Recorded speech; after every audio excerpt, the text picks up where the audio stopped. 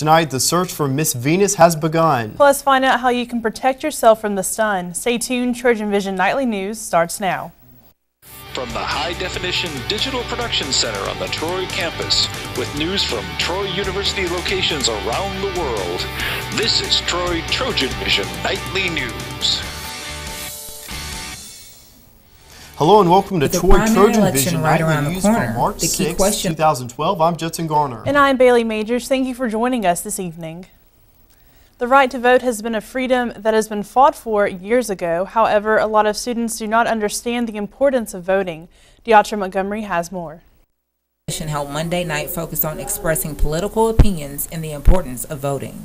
With the election, the primary election in Alabama coming up March 13th, and then the fall election happening in November, just trying to kick that off, have students think critically about their role as informed citizens in voting and taking a stand on one side or the other relative to the social issues of the day.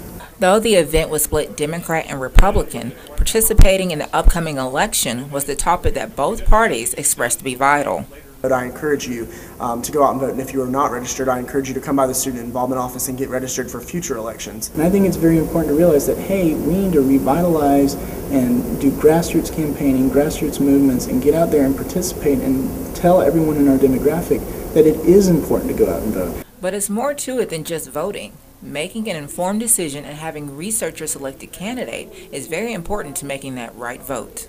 Being informed of the issues and reacting in a rational, informed way rather than in an emotional way. The number one thing is, as a student, it's important to make an educated opinion and make an informed opinion, and I feel like we had a lot of that tonight, but sometimes we didn't as well. And I feel like it's very important for us as students to actually, before we speak up and think about something, be educated. If we actually went out and spoke up, it's amazing what could happen.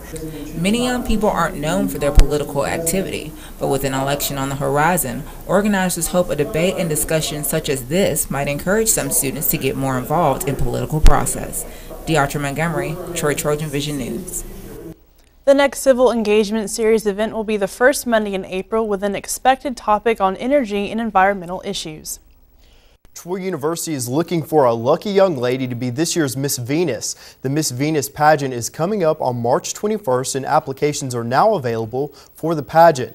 Miss Venus will represent the school in the annual St. Patrick's Day Parade on March 24th. Unlike the Miss Troy pageant, the Miss Venus pageant is open to any female Troy University student regardless of age or marital status. Also, the pageant is streamlined compared to the other pageants with fewer competitions for the contestants. We have Miss Troy University that has interview and also has the talent competition in the swimsuit, but there are plenty of girls out there who did their high school beauty walk, but they're not all honed up on their talent and they just want to do a beauty walk to get out and show off their pretty dresses and dress up and have fun. So this is that pageant. If you are interested in being in Miss Venus, you can fill out the application by going to troy.troy.edu/Miss Troy and clicking on the Miss Venus link. Applications are due by March 19th at 4 p.m. Well, Bailey, only a few more days until Troy students are separate or get to attend their spring break. That's right, Judson, and as Rachel Scarborough shows us, it's better to be safe than sorry. This week is Safe Spring Break Week, and Troy University students are learning what they need to do to stay safe. This week is about practicing a safe spring break, and what we're doing is basically getting not just Greeks, but all the students on Troy's campus to realize that they need to enjoy a safe spring break and not one that's too wild or rampant. On Tuesday, the Greeks advocating mature management of alcohol gave out brochures about how to stay safe at one of the most popular spring break destinations. Beach safety and sun safety. We're actually going to hand out sunscreen samples of different kinds, and we also have these sheets right here that we're also handing out, and they will be having some tips and stuff to kind of show students the right way to do things when you're in a beach location. I just think it's important that everyone understands that you can have fun while still doing things safely and not making stupid decisions and watching out for their friends. So why should we practice sun safety? So that in the long term you don't end up with skin cancer, and so that the next day you don't have a big blister and can't even enjoy the rest of your week if you go out and get sunburned on Monday or Sunday. So you don't pay the repercussions later in your life and have skin cancer, and you have beautiful skin when you're in your 50s. Rachel Scarborough, Troy, TrojanVision News. Safe Spring Break is sponsored by Gamma, UAC, Freshman Forum, IFC, NPHC, and Panhellenic. There will be more events this week. And now taking a look at news from around the state, U.S. Coast Guard officials say a memorial service is planned for Thursday to honor the crew of a helicopter that crashed in Mobile Bay a week ago. The memorial service is planned for 10 a.m. at the Coast Guard Aviation Center in Mobile. The jury in Alabama's gambling corruption trial in Montgomery has begun its 6th day of deliberations.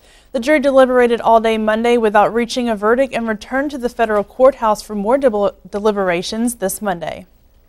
Republican presidential candidate Newt Gingrich is spending part of Super Tuesday in North Alabama. The former House Speaker from Georgia plans a rally in Huntsville this afternoon, followed by a tour of the Biotechnology Center in the city. Still to come on TrojanVision Nightly News, the Trojan baseball team is gearing up for a home game. Justin Carroll will be in next with sports with all the details. But first, voters in 10 states are casting their ballots today, and the results of today's election could narrow the field. We'll have more on that after the break.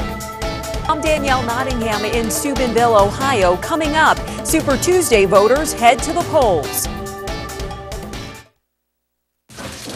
Mom, can I have $1? Yeah, it's right. I think my purse is upstairs on the bed. It's not here. Check the dining room. No. What about your sister's room? It's not there either. The upstairs closet? The downstairs closet. There are no more closets. Moms everywhere are finding ways to keep kids active and healthy. Get ideas, get involved, get going at letsmove.gov. The first must-have app of 2012 is here. The Troy University app, available at the iTunes App Store, puts information and interaction with Troy University at your fingertips even when you're on the go. Whether you're a student, a faculty or staff member, alumni, or a friend of Troy University, you'll find the Troy app indispensable. Students can work on online classes and get information about courses. Plus, there are campus maps, a staff directory with email and phone numbers, information about athletics, news, and much more. Get it today. The Troy University app for iPhone, iPad, and iPod Touch. From the high-definition digital production studios of Troy University, you're watching the award-winning TrojanVision Nightly News. And now for a look at what's happening across the nation and around the world, we'll go to Judson Garner at the Global News Desk. Judson. Thanks, Bailey. It's Super Tuesday. Voters in 10 states are heading to the polls and caucuses to choose the Republican candidate for president. Mitt Romney is trying to cement his frontrunner status. Rick Santorum is working to keep this a two-man race. And Newt Gingrich and Ron Paul are looking for wins. Danielle Nottingham reports from Ohio. Voters in Steubenville, Ohio are casting their ballots for a GOP presidential nominee. Ohio is taking center stage among the 10 states holding Super Tuesday contests. The head-to-head battle between Rick Santorum and Mitt Romney prompted some Democrats to weigh in. Stewart and Bertha Moore are voting for Santorum after supporting President Obama in 2008. There was not much change, unemployment is terrible. Mitt Romney will vote in the Massachusetts primary later today. This morning, he appeared via satellite at the National Conference for AIPAC, a pro-Israel lobbying group. I'm sorry that my Super Tuesday travel schedule prevents me from being with you in person. Santorum went to Washington to make his speech in person. As you may know, this is a somewhat important day in my life today. We have a whole lot of primaries going on all across the nation. 419 delegates are up for grabs. That's more than 1/3 of the total needed to clinch the GOP nomination. Newt Gingrich rallied supporters in Huntsville, Alabama. Voters there won't go to the polls until next week, but he's focusing on the South. We're going to carry Georgia by a big margin tonight. We're going to do much better than people expected in a number of other states. It looks like we're going to have a good time today. Ron Paul is holding campaign events in Idaho and North Dakota, two caucus states where he's hoping to capture his first win. Danielle Nottingham, CBS News, Steubenville, Ohio. President Obama held his first news conference of the year and answered questions on a range of subjects, including ones about his Republican rivals. Randall Pinkston reports from Washington.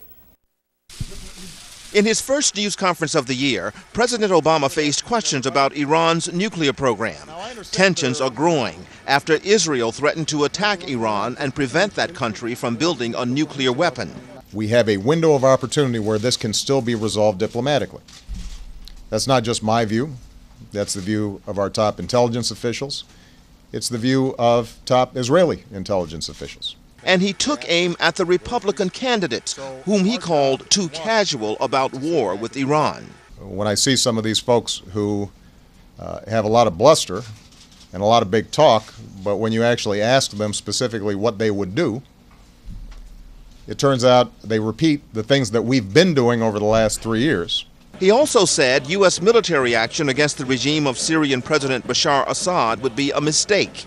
The president's aides say it's just a coincidence that he held his news conference on Super Tuesday as voters in 10 states select a GOP candidate. Rising gas prices were also mentioned at the news conference, the president saying he's looking at some quick solutions, such as opening bottlenecks in the supply chain. I want gas prices lower because they hurt families. And he took a question from CBS's Norah O'Donnell about criticism Mitt Romney has leveled at him from the campaign trail. What would you like to say to Mr. Romney? Good luck tonight. The president will be back on the road Wednesday in North Carolina, talking about his economic plans. Randall Pinkston, CBS News, Washington. As fighting intensifies in Syria, a growing number of people are trying to flee. Nearly 3,000 refugees have crossed the Syria-Lebanese border in the past 3 days, but some civilians remain trapped in areas where opposition fighters are battling government forces. Monica Villameser reports from London. These families are among hundreds trying to escape the violence in Syria. The exodus starts at night when it's less dangerous and mainly quiet. But some can't control their emotions. This woman asks, why are we homeless? Because we ask for freedom? Activists call it a humanitarian catastrophe in the making. Nearly 10,000 Syrians have fled to Lebanon, 11,000 to Turkey, and 80,000 to Jordan. Government forces are blocking the Red Cross from bringing humanitarian aid into some war-torn areas of the country. President Bashar Assad is facing growing international pressure to end the conflict. Now China is trying to intervene, sending an envoy to broker a ceasefire. President Obama says he still believes diplomacy can end the violence, despite calls from Senator John McCain to take military action. Assad needs to know that he will not win. But many have stopped waiting for outside help. This woman says troops took our husbands and slaughtered them like sheep. Too terrified to try to escape, they are simply struggling to stay alive. Monica Villamizar, CBS News. And that'll wrap things up from the Global News Desk. To see more stories from across the country and around the world, you can tune into Trojan Vision Global News right after the nightly news. Now back to you, Bailey. Thank you, Judson. And now Dustin Carroll joins us with sports. So, Dustin, the Trojan baseball team is in action tonight. They are, and I'll get into that a little later, but first I want to talk about the Troy men's and women's tennis teams who were in action earlier today. Both the Troy men's and women's tennis teams are in action today as they welcomed Austin Peay to the Lunsford Tennis Complex. The Troy women came into the match nearly a month since their last match, a 6-1 win over Kennesaw State on February the 12th. The Trojans look to expand on their current 2-game winning streak after starting the season against three ranked opponents. The men are coming off of 2 tight losses in Hattiesburg, Mississippi last weekend. The Trojans haven't appeared at home since February the 12th when they defeated Kennesaw State. Next up, the men will travel to Jacksonville, Florida to take on Eastern Kentucky Thursday, while the women will also be traveling to Jacksonville, but won't play again until Saturday when they take on North Florida. After a big weekend against Bethune-Cookman, Troy's second baseman Tyler Vaughn was named one of the Louisville Sluggers' National Players of the Week by the Collegiate Baseball. Vaughn, who had played in just 8 career games and recorded 4 official at-bats heading into the week, batted .800, 8 for 10 with 3 doubles, 5 RBIs, and 5 runs scored. This is the second straight season that a Troy player has received the national honor after Logan Pierce earned the award last season. Vaughn got his first career hit and RBI against in-state rival Sanford last Tuesday. This Tuesday, the Trojans are back at home against another in-state rival, UAB, as Coach Bobby Pierce on the Blazers matchup. This is a big week for our ball club, and somehow we got to find a way to survive it, win our games prior to spring break coming in, which is the first opportunity we'll have to kind of really take a breath and work on some things that we need to work on before getting into conference play. So it's going to be a challenge, but we got to have our guys ready for that challenge. First pitch between the Trojans and the Blazers is scheduled for 6 p.m. at Riddle Pace Field. Just 4 weeks into her freshman season, Troy softball pitcher Ashley Rainey has been named the Sun Belt Pitcher of the Week for the second time. Rainey helped lead the Trojans to a 5-0 record last week at the Red and Blue Classic hosted by Ole Miss. The perfect weekend marked the second tournament title of the season for the Trojans, who are now 16-2 on the season. Rainey appeared in 4 games and gave up just 3 runs over 17 innings with 2 starts. The true freshman picked up 3 wins on the weekend in 2 complete games with a 1.9 ERA. The Trojans now turn their attention next weekend to the Purple and Gold Challenge, hosted by LSU in Baton Rouge. Another season is in the books for the Troy men's basketball team. This team may not have had the record they wanted, but they did present us with, well, many games that you could consider nail-biters and head-scratchers. Here's a look back with the season review. Don Masonry's 30th season as head coach of the Troy Trojans probably won't be one he'll want to remember. The Trojans returned only 2 starters from last year's team in Will Weathers and Stephen Cunningham and featured a roster that had 11 newcomers. And as Coach Masonry tells us, the theme all year was close losses. It was kind of a disappointing season for all of us, for me, for the team, for a lot of people that came to the games. We probably lost 4 or 5 games that we should have won, starting with Texas San Antonio at home here, and overtime game with Florida International, overtime game with Little Rock at the end of the season where we led the whole game until right in the last couple minutes. So we could have had a 14 or 15 game win season legitimately. The 2011-2012 Trojans finished with a record of 10-18 and 5-11 in conference. But Coach Masonry says the Sun Belt was an evenly matched conference this year. 17 overtime games this year. So the league itself had a lot of close games, and we were in many of those games and should have had a chance to, if we'd have been playing better, to maybe win those games. Great teams normally have one thing in common: great senior leadership. That's one common ingredient this team lacked with just 2 seniors in Stephen Cunningham and Tim Owens. But the 30-year head coach says that Owens is quite a remarkable story. Of all the years I've been here, he was the one player that got the most out of his ability of any kid we've ever had at this school.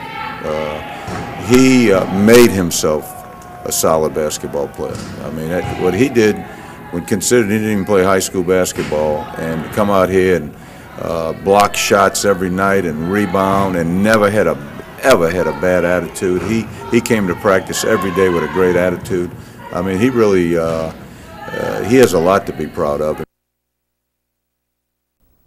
Masonry says now it's time to hit the road and start recruiting for next year's team, which will be the first team to play in the brand new Trojan Arena, which is set to open next November against SEC's Mississippi State Bulldogs.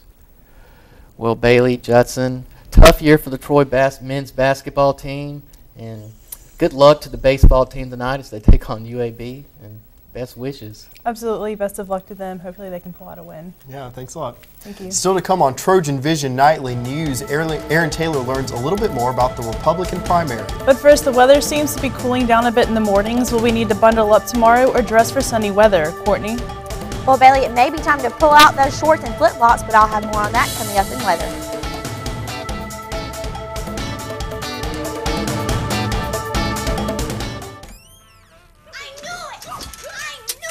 Oh, this isn't good. I was a gift from him to her. I'm going to the animal shelter, which isn't necessarily bad. I just hate the stigma associated with shelter pets. People will think I bite or that I spray everywhere. They're the ones with problems. I'm totally fine. Adopt me, you'll see. I'm gonna go pack.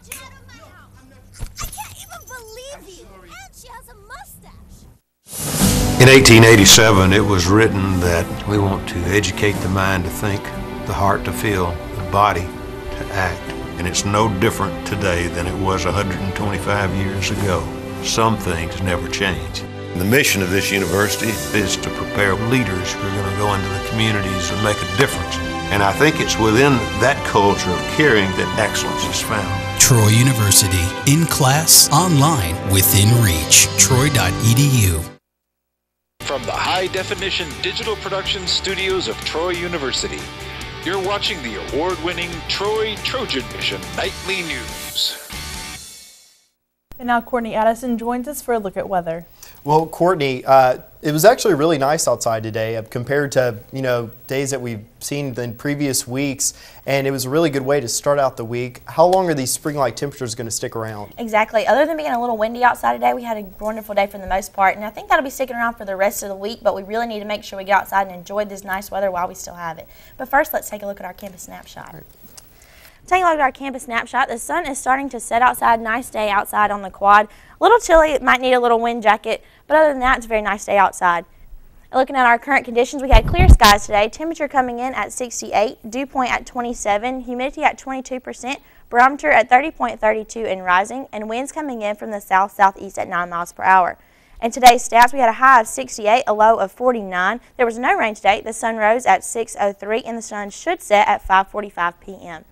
And looking at our temperatures from around the state, we see most everyone is seeing those very sunny skies outside. We have Mobile coming in at 67, Birmingham at 66, Huntsville at 65, Montgomery at 69, Phoenix City at 66, Troy at 68, and Dothan at 68 as well. And looking at our current temperatures around the southeast, we see most everyone is seeing those 60 and 70 degree weather, with the exception of the tip of Florida and also into the tip of Texas. They are almost breaking 80 degrees. And looking at our current temperatures around the United States, most everyone is in the northeast is seeing very cool temperatures in the 30s and the 40s. But if we look back towards the west, we see Texas and the Midwest is seeing those very high temperatures in the 80s and 70s, so we can be looking to see some of that come in a little later on. In our current surface, we see lots of winds coming in from the south in our area with high pressure systems. And looking closer into our area, we just see more strong winds coming in from the south and also a high pressure system a little farther up north that really doesn't have a whole lot of effect on our area. And our precipitation forecast for the next 24 hours, no rain really in our area, but if we take a look back towards Texas, we see lots of rain, even some people experiencing 1 to 3 inches of rain. We can look for some of that to be headed our way in the next couple of days. Our departure from normal, most everyone is seeing temperatures a lot warmer than usual, so that is a good thing going into spring break. And Wednesday we see no rain really, but if we go up a little bit north, you see more just strong winds, and if you go into the tip of Florida, a little bit of rain there. And Thursday, no rain still, but there's more rain closer to Texas, getting ready to move in our way. And looking at Friday, we see more rain in our area. We could be experiencing 1 inch to 1.5 inches of rain on Friday. And Saturday moved out for the most part. Maybe want to keep that light jacket on you and have your rain boots and your umbrella ready. And looking at tonight's forecast, we see partly cloudy skies with increasing clouds overnight and with winds coming in from the east-southeast at 9 miles per hour with a low of 49.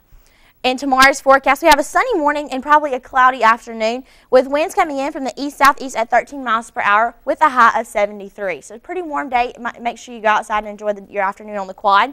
And our class outlook, we have 7 a.m. coming at 52, 10 a.m. at 66, 1 p.m. at 71, and that should remain constant throughout the afternoon. And looking at our 4-day forecast, we see for the next 4 days we should be experiencing temperatures in the 60s and lows in the 50s and 60s. Pretty much going to be a sunny rest of the week with a 30% chance of rain on Friday.